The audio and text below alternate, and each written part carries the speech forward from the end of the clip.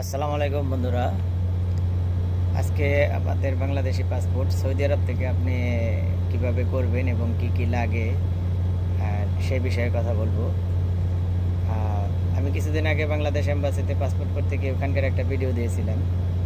সেখানে আমাকে অনেকেই কমেন্টস করেছেন, অনেকেই প্রশ্ন করেছেন যে ভাই এই পাসপোর্ট করতে কত টাকা খরচ হয়, কতদিন মেয়াদে কত টাকা খরচ হয় এবং কতদিন সময় লাগে, কি কি কাগজপাতি লাগে।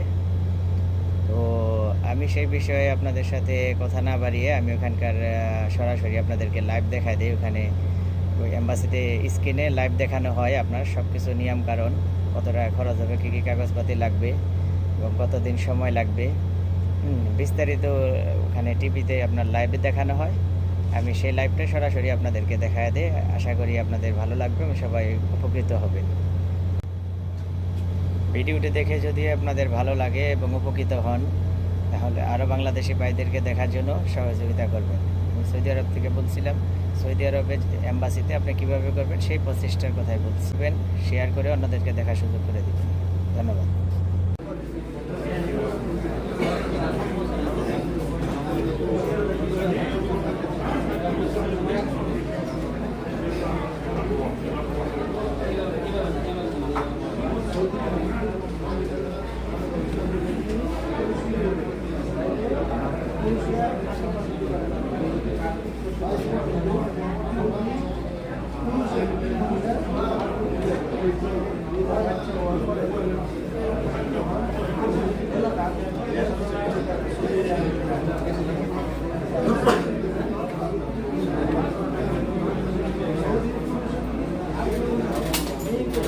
Programming or century.